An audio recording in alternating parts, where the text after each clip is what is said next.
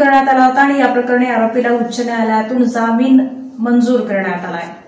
Mobile चोरल्याच्या कारणावरून चंद्रकांत इरप्पा वाघमारे याचा मारहाण करून खून केल्याप्रकरणी अटकेत असलेला आरोपी अजित महादेव माने राहणार घेरडी तालुका सांगोला याच्या जामीन अर्जाची सुनावणी मुंबई उच्च न्यायालयाचे न्यायमूर्ती अश्विन भोबे यांच्यासमोर होऊन न्यायालयाने आरोपीची जामिनावर मुक्तता केली।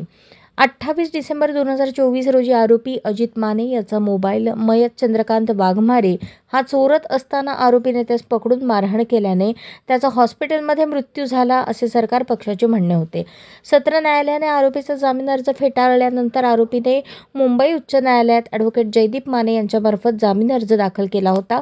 सदर जामीन अर्जाच्या सुनावणी वेळेस आरोपीचे वकील ॲडव्होकेट जयदीप माने यांनी आपल्या युक्तिवादात न्यायालयाच्या निदर्शनास आणून दिले की मैताने मोबाईल चोरताना रंगेहात पकडल्याने झालेल्या घटनेत मैतास जखमा झाल्या आहेत। प्रत्येक नागरिकास स्वतःच्या मालमत्तेचे चोरीपासून रक्षण करण्याचा पूर्ण अधिकार आहे आणि ते रक्षण करताना झालेल्या कृत्यास गुन्हा म्हणता येणार नाही। या प्रकरणी आरोपीतर्फे ॲडव्होकेट जयदीप माने यांनी तर सरकार पक्षातर्फे ॲडव्होकेट अनामिका मल्होत्रा यांनी काम पाहिले।